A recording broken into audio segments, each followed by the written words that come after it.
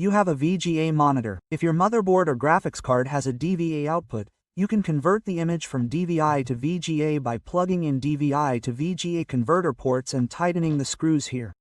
Or you can convert the HDMI port on your graphics card or motherboard to DVI. So, all kinds of converters are available on the market: HDMI to VGA, VGA to HDMI, DisplayPort to HDMI, etc. You can buy and use them. The DVI side is particularly problematic. As I said, there are 5 different connection types. Because the pin configurations of these 5 structures are different, they unfortunately don't work together. We just mentioned the PS2 output here. There are simple converters available on the market. Let's say you need a USB port here. You can convert the PS2 socket to USB and use your mouse and keyboard from there. You can find solutions like this. It's endless. Finally, Nekdet Abi, I have a camera like this. I want to see it on my computer. I'll show you how to do this using Camlink, and then we'll end our video. Guys, we want to connect our camera for the first time and do a live stream. How do we do it? Unfortunately, you can't connect these types of cameras directly via USB. There are Camlink devices. We buy these, but unfortunately, this system doesn't work with older motherboards.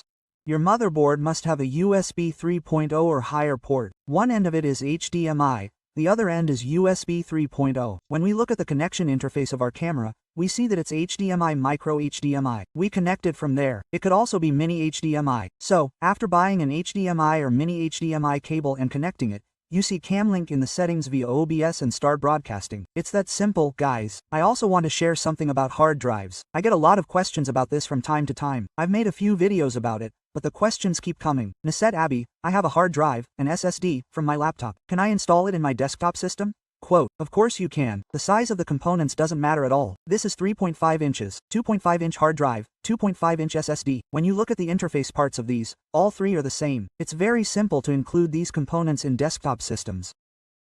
This will work. Similarly, it will work with SSDs. It will also work with the hard drives used in 2.5-inch laptops. The other connection points are also standard. They all connect via SATA ports. We can use all the hardware with the same SATA port.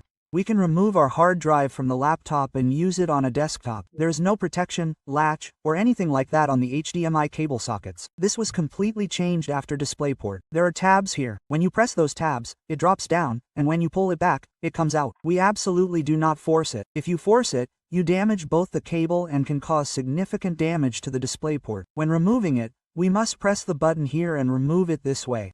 The same thing applies to the graphics card and monitor. You see, I pull it, and it absolutely doesn't come out.